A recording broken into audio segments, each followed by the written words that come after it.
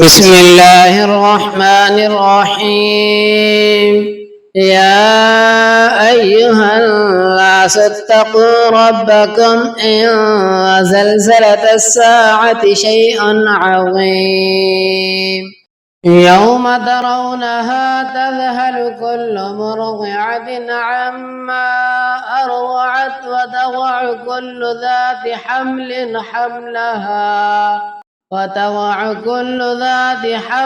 حملها وترى الناس سكارى وما هم بسكارى ولكن عذاب الله شديد. ومن الناس من يجادل في الله بغير علم ويتبع كل شيطان مريد. كتب عليه أنه من تولاه فأنه يضله ويهديه إلى عذاب السعير. يا أيها الناس إن كنتم في ريب من البعث فإنا خلقناكم من تراب ثم من نطفة ثم من علقة ثم من مضغة مخلقة وغير مخلقة لنبين لكم ونقر في الأرحام ما نشاء إلى أجل مسمى ثم نخرجكم طفلا ثم لتبلغوا أشدكم ومنكم من يتوفى ومنكم من يرد إلى أرذل العمر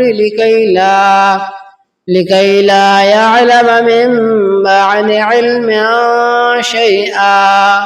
وترى الأرض هامدة فإذا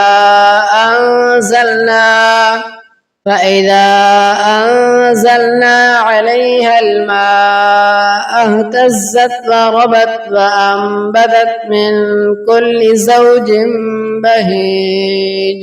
ذلك بأن الله هو الحق وأنه يحيي الموتى وأنه على كل شيء قدير وأن الساعة آتية لا ريب فيها وأن الله يبعث من في القبور.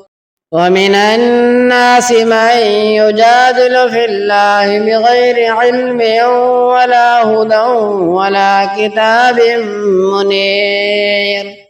ثاني عطف ليضل عن سبيل الله له في الدنيا خزي ونذيقه يوم القيامة عذاب الحريق.